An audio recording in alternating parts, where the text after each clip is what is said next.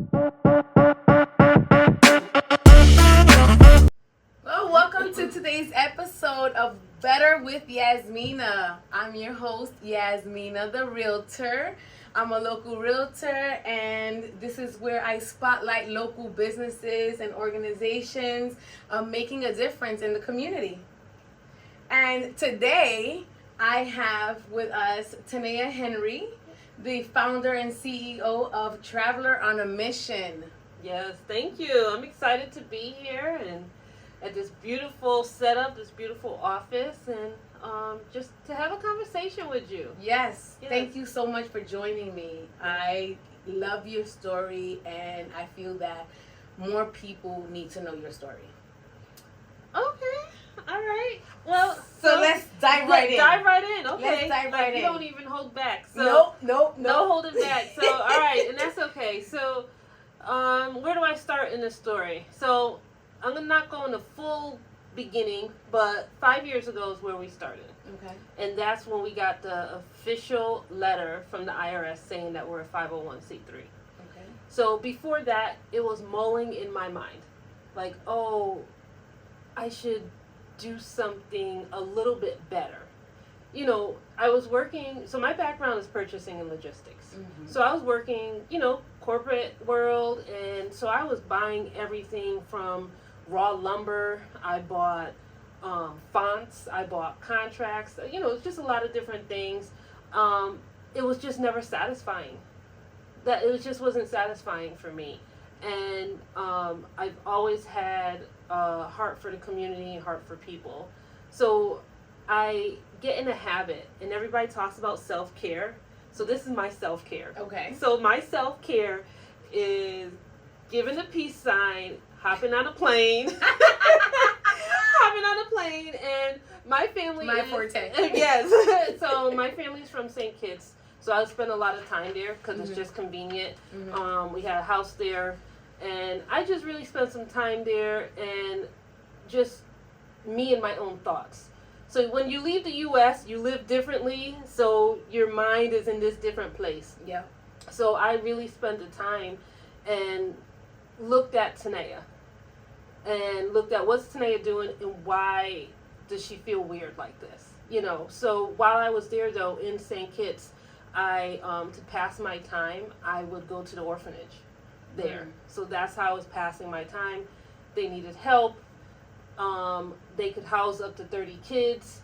They never went to max, but it was boys and girls. But I got to learn a lot about the culture, a lot about myself, a lot about children in that situation. Okay. And but we're in the ocean, and I'm seeing a lot of pollution too. So my eyes were really open to a lot of different things. So when I came back, that's when I said, you know what, hygiene is a topic no matter what country you're in. Right. No matter what. And then around that time was that Flint, Michigan situation with the water. And I'm like, oh, we don't have to go that far. Right. We don't have to go that far. So, I didn't take it in the environmental aspect way. I took it really personal hygiene. Mm-hmm. And that's how it came about, is me just spending time there, going back. People say, oh, you went back to your roots. I mean, okay, but it was, it is a comfortable place for me. Mm-hmm. And that is a place that I continually go to get my mind right. Okay. To get re-centered, recharged, and, figure out life's moves. So the idea of Traveler on a Mission, really, it was set in St. Kitts. Yeah, it was set. That's where I took the time to take out the other noise. Mm-hmm. And say, okay, where are you? What are you doing with yourself? So you brought it back to Ansonia, Connecticut. I brought it back to Ansonia, and oddly enough, when I first wrote the program, so I'm big on policies and procedures. Okay. So as I'm, writing things down, how do I want this structurally to look? Mm-hmm. So I started writing policy and procedure before I even had the paperwork. Before I even registered it with the state, anything, policy and procedure, because that's going to be the foundation. Mm-hmm. And that's just, and my mind works like that. I need to see written down. It's not real until it's in writing. Right, so, right. Once I wrote that, I initially wrote it where I'm only servicing the Caribbean. Oh. That I know. I don't tell people that. You didn't even come and help us. Help us, right? And then I felt some kind of way about that too. I did. I felt something like, how are you gonna go thousands of miles and people right next to you need help? That I'm like, no, your backyard. Your backyard. People, right? I'm walking past people every day, and I'm not gonna help them. No. So we're gonna have to figure this out. Do I have a love for my people in the Caribbean? Absolutely. Do I love the children there? Absolutely. But I can't walk past somebody every day and not help you. Right. Like, I'm here. I could touch you every day. Right. So I said, let's work this out. Right. And so the way I worked it out was, I'm helping people here because here is where I'm at. Mm-hmm. And I love here too. So the same love that I have for over there, I have for Connecticut, I have for New England. So I said, let's just work this out where once a year I go to the orphanage, but the majority of the time I'm here. So once a year you go to the orphanage in St. Kitts? In St. Kitts. Okay. So we deal with St. Kitts, Antigua, and we're going to be doing our first program in the Dominican Republic. So we'll talk about that later and talk about my nerves. And so that's how, and then COVID said, you have no other choice to do that. I was like, ooh, good thing I already had this kind of worked out in my mind. Wow. So we couldn't travel with COVID. Right. So I said, no, definitely. So that was like confirmation. You got to help right here because this is where you are. So, if I was stuck somewhere else, I probably would have helped there. Mm-hmm. But this was me putting it on pause was non-negotiable.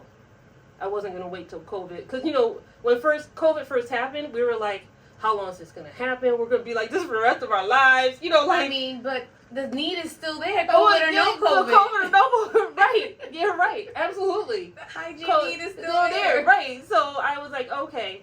But that's how, how it got started. And I just tweaked the programs over the years, to make sure that it's really serving the people. And I just get out in the streets and I ask them, is this helping you? What do you need? They told me where I wasn't missing, where I was missing the mark. Mm-hmm. I'm like, oh, okay. And actually, and I never forget this guy, he was like, why don't you give toilet paper? And I didn't have an answer. I'm like, okay, let's think about this. And then I thought about it. I'm like, yeah, we do give a lot of food. You might want to have something on the other end. So I was like, okay, but I did ask him, and he was like, because that's something he struggled with. He struggled with getting toilet paper. So now we keep toilet paper on the list on a regular. Nice. All the time. So you meet demands as they come, as you speak with people and you get their insight on what's really needed out there, and we try do to meet that. At least once a year. We do a survey, and I just pick an area and and spend a week or two and just ask questions like, what are your needs? What are you doing? What's changed for you and hasn't changed, and that's how we get it. So right now, since it's been 5 years, we have 14 items on the list, and those 14 items have been holding steady. So what are those 14 items that you feel are very, integral to running this program? Okay, so off the top of my head, I know I'm not going to remember all 14, but maybe we'll put it in. Deodorant. And the price of deodorant is astronomical right now. Oh, I know. Okay. We should all know. We should all, right. I'm like, wow. So deodorant, toothpaste, toothbrush. So we do our normal. Toothpaste, toothbrush, shampoo and conditioner. Like a bar of soap usually I give. I try not to do too much body wash. It's just easier for them with the bar of soap. We do floss and sanitary napkins. And we kept hand sanitizer on there. And then we also, it's not just for our person, but it's for the home too. So we do cleaning wipes and multi-purpose spray, like cleaning spray, and along with the toilet paper. So that's lotion. and shavers. Okay. Yeah, I think I got most of them. Detergent, I think. Oh yes, detergent. Thank you, detergent. Yeah. So when we talk about hygiene, it's not just us on our persons, but also our home. Yeah. A lot of germs and things are spread within our own home. Right. You know, kids coughing, sneezing on each other, sharing cups, jumping in the bed, you know, taking the same blanket. So we do, you know, try to promote clean hygiene in the home. Right. Yeah, cross contaminations on counter with the food and keeping that clean as well. Right. So, Traveler on a Mission, the name. I just have to go back there. Okay. I need to. Where did that come from, and was that also originated in St. Kitts, or did you already have that in your mind when you went to St. Kitts and you was thinking about this organization? Where did the name come from, and why that name? You know, I didn't get the name until I came back, Okay. so because I had no idea, and I think I was talking to my mother, and we were just, you know, going back and forth, and I was like, okay, Traveler on a Mission makes sense. One, it makes sense from who it's coming from. The traveler. The traveler, right? And I didn't put an S on it, and a lot of people automatically want to put an S, and it's not. This here isn't. It's a group activity, but I really want people to reflect internally, individually, as a traveler.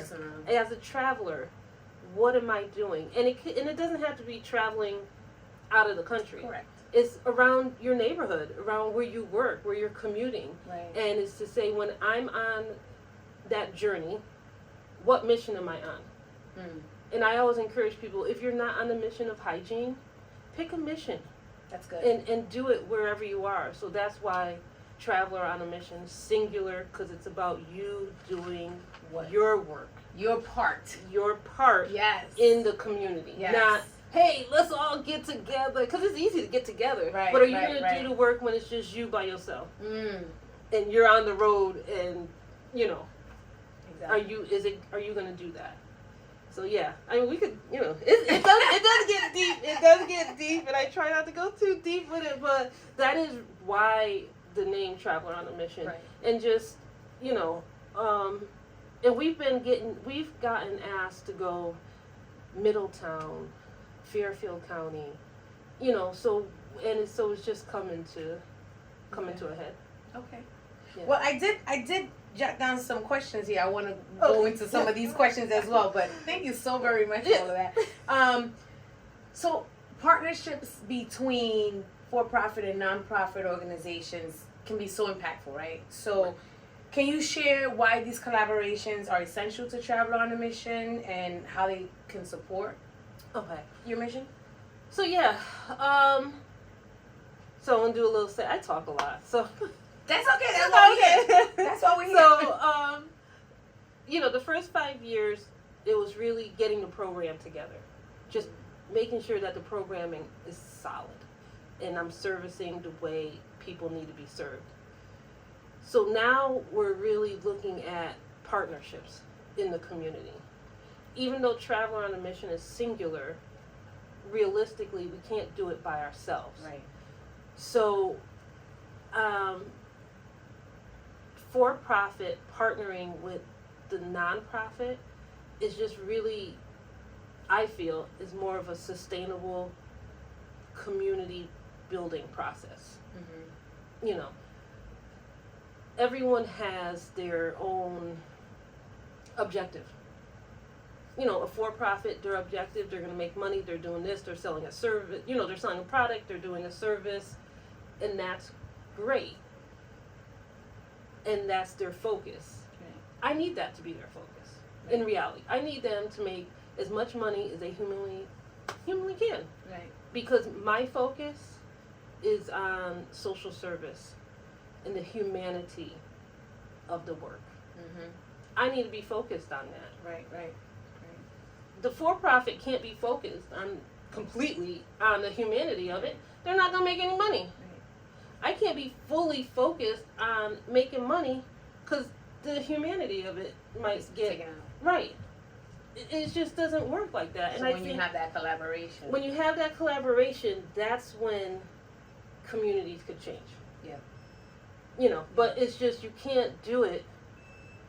And I've seen people try to do both, and we do sell things, to make some money, Mm-hmm. but it's not our focus. Right. We do it. It brings in the change to, Right. to keep things afloat. But I can't say that, oh, we're focused on this product as an organization, and no, I'm not. Right. You know. Right. Okay. Well, I see. Cut. Okay. No. That was Yeah, I I know. was good. Mhm. So we know. Cut. Take two. We see organizations and businesses like Better Homes and Gardens and stepping up to support Travel on a Mission. How has working with for-profit businesses helped to amplify your efforts and reach more people in need? So, and I'm gonna once again start with this. There's a misconception for us, for our organization, that we only service homeless people. Mm. We don't. If I say 10%, 10% is pushing. It's a lot. Is a lot. So if I'm servicing through the food pantry systems, so we have many hygiene pantries in the food pantry system. Mm-hmm. A lot of those people are working. They are on maybe fixed income. They have a car. They may have bought their house a few years back. Mm-hmm. They're just in a situation at this moment in time. So the same people who need to be refinanced, need insurance, who need to sell their home to downsize, Mm-hmm. or maybe the family's moving in together because grandma and aunties are getting older. Mm-hmm. Instead of putting them somewhere, let's all live together. So Mhm. the housing changes, Yeah. and I feel with real estate in general, you guys are so in the community. Yeah. I mean, you guys see things probably way before the rest of us see it because you're driving around all the time. Yeah. But you're in a community building capacity Yeah. day in, day out. And even when when I go on a listing appointment, if somebody just says I need a home valuation, right? And I can go into their home and then I may see how they're living, their Right. situation. They may be in a desperate situation where they need to, they may be in a pre-foreclosure situation or things Right. like that. And you may see certain things around the house that gives off, I need help. Right. That's probably also an opportunity for me Right. to say, Yeah. how can I help? How can I? How can I help in another aspect other Right. than real estate? You Right. know what I mean? Right. And connect maybe with Travel on a Mission and, Right. and have that. Yeah, and I think, and that's part of the partnership that we're looking to build with for-profit businesses Right. that are really that's in the community. Not just real estate agents, but insurance Right. brokers. Whether it's life insurance, car insurance, home insurance, what have you. Right.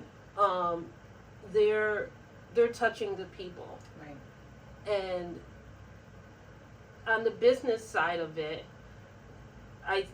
it's almost a win-win. So, in any type of sponsorship or partnership, collaboration, both parties are highlighted. Mm-hmm. So, and I want to highlight you, Mm-hmm. saying that you're part of the team. Okay. And, I would like for you to highlight me and say, hey, Right. they're part of the team too. We got Right, these right. other services. Now we Yeah, got yeah. additional services. Right. And Right. it's just really to, I can't say it enough, build this community. Yeah. Overall community, no matter where you are in life. But it's that extra step that we take, right? So like Right. if I'm bringing you in to help, now my client is like, wow, Yasmina connected me to this resource, Right. to help me out.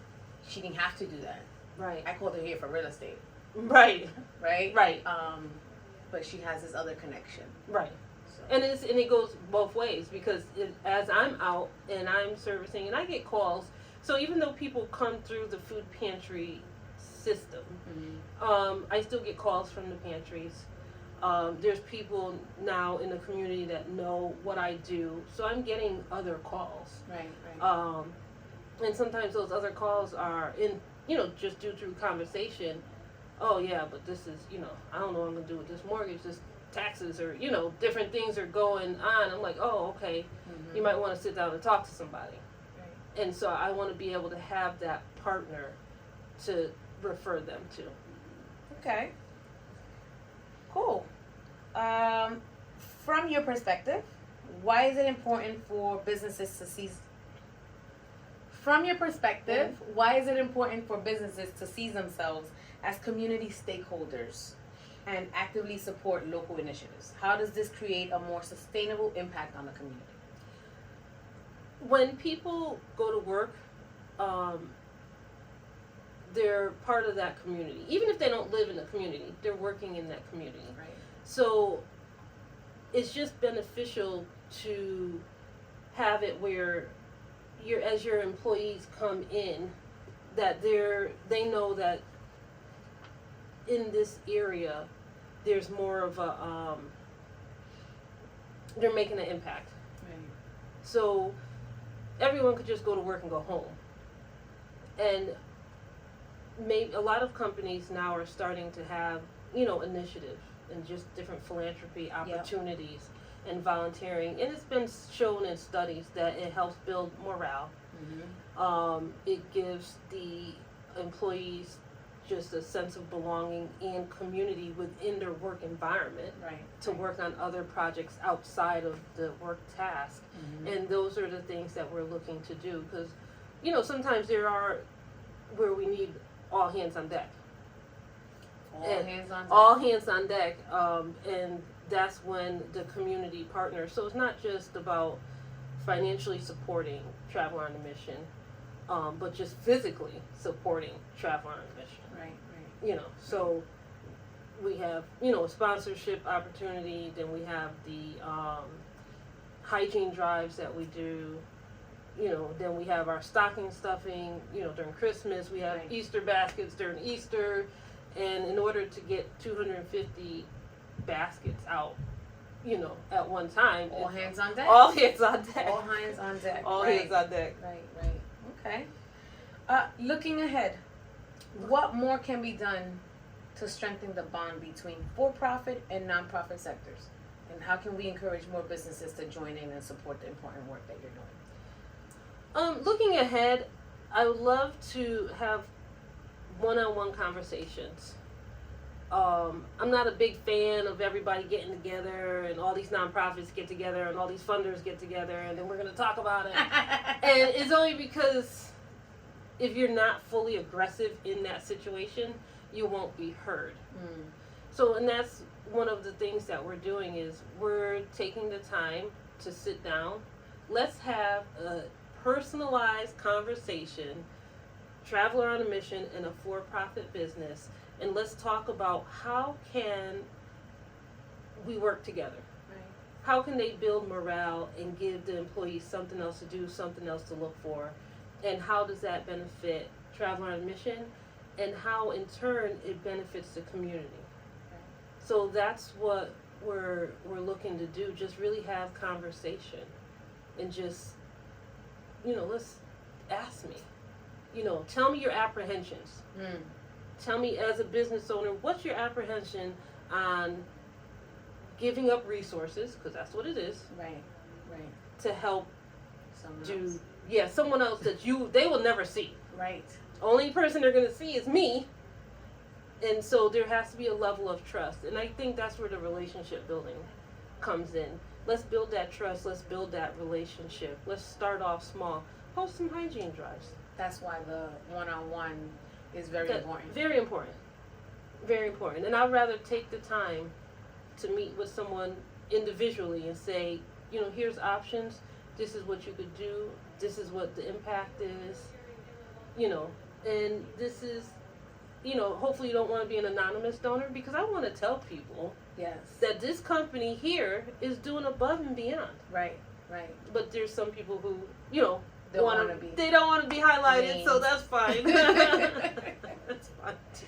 What are some key initiatives or projects that you're actually working on currently that you feel, you want to highlight that are that's impacting the community, and you would want the community us to know about that, and how can we help? Okay, so as I mentioned before, we have hygiene drives. We do those all year round. Okay. And that's for the main. And that's for the main 14 list. Okay. And that helps just keep the inventory flowing. Okay. So once a month, we distribute to the food pantries to make sure that they have access to the hygiene products. Mm-hmm. So it's spread out. We're not just at one pantry. We're at 7 locations. Okay.